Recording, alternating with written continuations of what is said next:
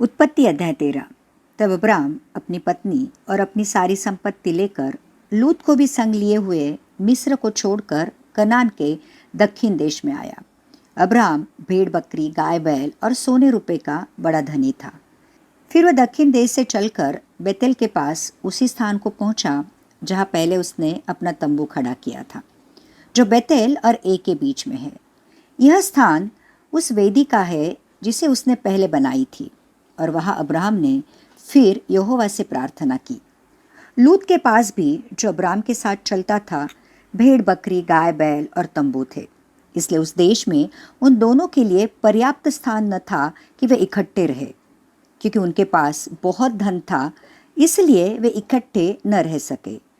Abram और लूत की भेड़ बकरी और गाय बैल के चरवाहों में झगड़ा हुआ। उस समय कनानी और परिज्जी लोग उस देश में रहते थे। तब अब्राम लूत से कहने लगा, मेरे और तेरे बीच और मेरे और तेरे चरवाहों के बीच में झगड़ा न होने पाए, क्योंकि हम लोग भाई बंधु हैं। क्या सारा देश तेरे सामने नहीं? इसलिए मुझसे अलग हो जा। यदि तू बाईं ओर जाए तो मैं दाहिनी ओर जाऊंगा, और यदि तू दाहिनी ओर जाए तो मैं बाईं ओर जाऊंगा। तब लूत ने आंखें उठाकर यरदन नदी के पास वाली सारी तराई को देखा कि वो सब सींची हुई है, जब तक यहोवा ने सदोम और अमोरा को नष्ट न किया था। तब तक सोर के मार्ग तक वह तराई यहोवा की वाटिका और मिस्र देश के समान उपजाऊ थी। इसलिए लूत अपने लिए यरदन की सारी तराई को चुन के पूर्व की ओर चला, और वे एक दूसरे से अलग हो गए। अब्राम कनान देश में रहा, पर लूत उस तराई के नगरों में रहने लगा और अपना तंबू सदोम के निकट खड़ा किया। सदोम के लोग यहोवा के लेखे में बड़े दुष्ट और पापी थे।